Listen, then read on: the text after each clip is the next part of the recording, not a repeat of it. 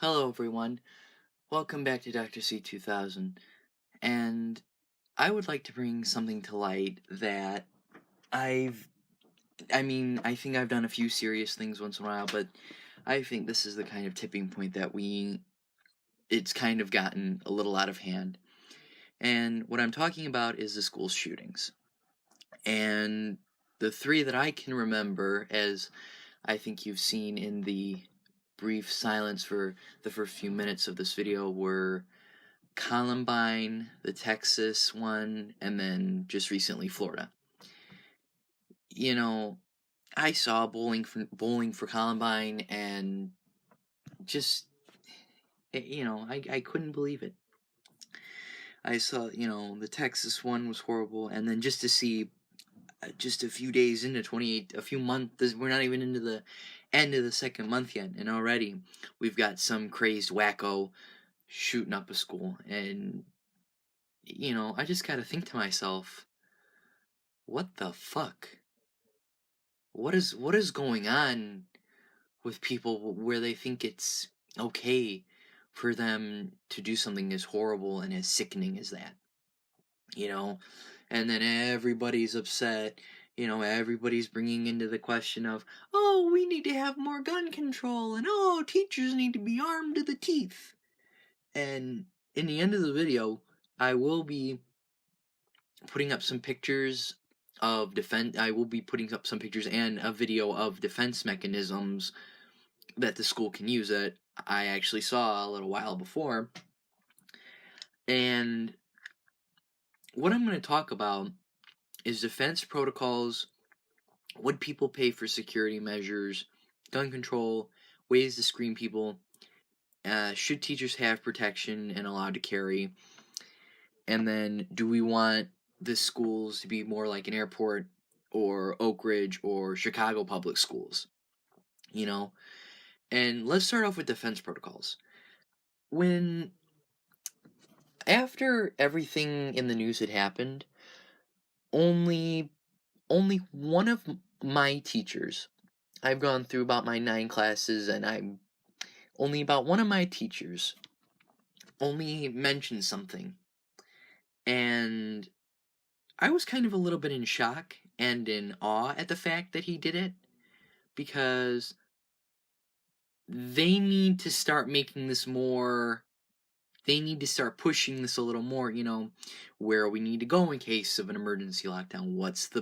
We need to have a drill in case something like this happens. Sure, the extra measure of cops and everything else would be fine, but I would like to have a drill. I'd like to run through a drill and have it practiced to where it's perfected to where we don't have another incident like this again. You know, yes, I know that there are drills and I know that there are safety precautions in place, but I would like to have those tested or even mentioned. One of my teachers, just one of them, and while even the teacher was going on, another freaking class, and I'll be it mind you, this was my gym teacher, who, greatest person on the planet, in every sense of my belief, greatest person on the planet right here. My gym teacher was the only one that made light of or even mentioned the fact of there being a safety protocol or a drill in place. He made mention of it, and he told us that because of what happened Friday, that he needed to mention that. And to me, there needed to be 8 other friggin' teachers of mine mentioning this, or saying, this is where we go in case of a lockdown, this is where we go in case of an emergency. But no, only one. And what I want to know is, and this is kind of going to tie into the next topic and the last two. I think we should have a little more security measures in the building. And there will be photos of some and pictures of some at the end of the video. But I think we should at least pay for more in law enforcement in the building. And if that's going to raise, ask your parents. And I shit you not, I dare you to go ask your parents and then text me back. Would your parents pay for extra security measures to be in the school? I dare you, as soon as you're done watching this video, to go ask them, would they pay for it? And then let me know if they say yes or if they say no.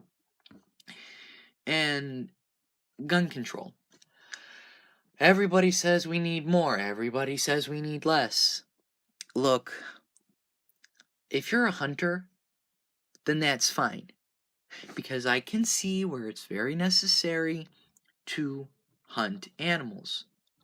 Because it controls the population and it makes sure we don't have, 50,000 buck running through the streets of Manhattan or Chicago. But when, and I don't remember this, someone told me that the kid was 19 years old. And I stood there and I thought to myself, a 19-year-old buying a gun. 19-year-olds buying a gun. That doesn't sit too right with me. And then someone else told me, oh, they have different laws for different states. What? Are you telling me that if I go down to Florida and I am a 19-year-old, that means I can go legally buy a gun? I mean, probably not after what happened, but,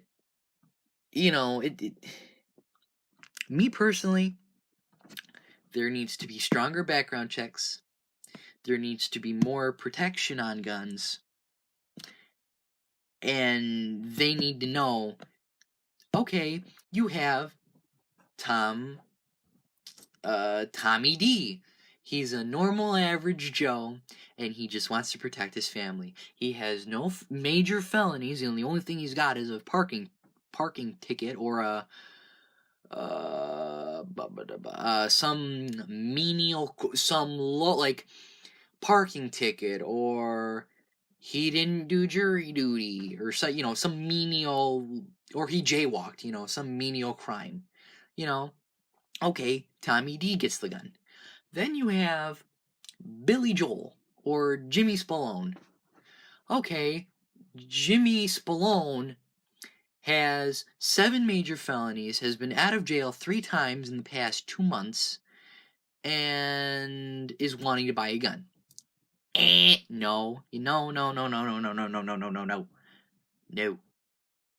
No gun for you. You are a criminal. No gun for you. And even the kid's Instagram and social media, I was told that he was posting pictures of a gun. If he was holding the gun, he was like, I'm a cool kid, I got a gun, I'm like, why? Why? If colleges look at Facebook and Twitter and Instagram profiles to see if they're going to get into a good college, why not? What about gun control? Look on the Instagram, look on the social media. It's not uncommon, it's not protected. It's not like you can't do it. You can go and do it. That's me on gun control. Ways to screen people.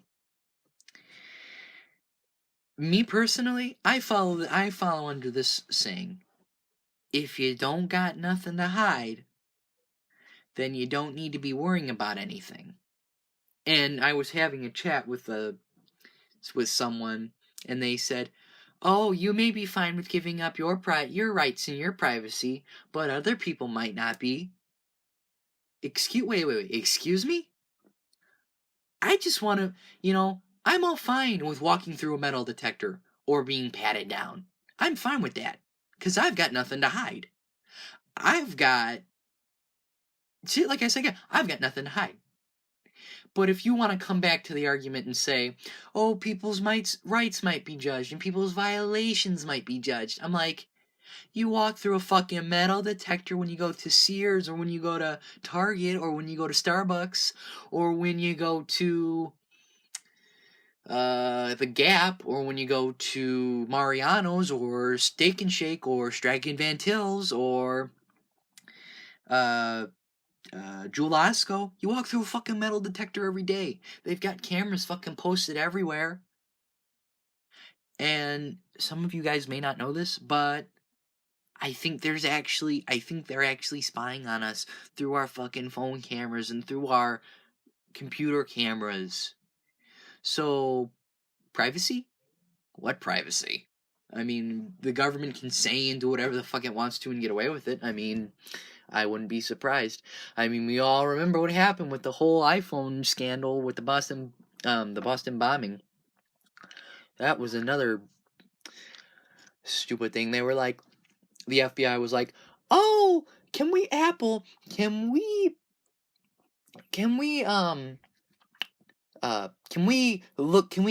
you make a thing for this guy's phone because we knew he's a terrorist and we should be able to have access to his phone." Apple goes, "We're sorry, but that may violate some of our agreement, our terms and agreement that people sign to even though they don't read it and they just click the button to move on over." Then a few days later, the FBI goes, yeah, we looked at his phone and he was looking up some bad stuff and he had bad pictures on his phone." And everybody's like, "Why the fuck did you ask Apple? I mean, that's stupid. Why ask if you can already do it? It doesn't make any sense." You know, but I'm fine, Should teachers have protection or be allowed to carry? That one's kind of a little tough for me. I mean, do I want my teacher having a 9mm Glock in the classroom? Probably not. But I mean, I think they should at least be trained. They should at least be met, instead of having them go to some bullshit meeting on how to change the fucking curriculum to make it even more ridiculous than need be. They should go to a seminar or a thing to say, okay, if you've got a student that's a gun-toting maniac, here's what you do. You kick the shit out of him, and you beat him till he's bloody. Something like that. Make it aware to these teachers how to handle a situation. So that way we don't lose a teacher.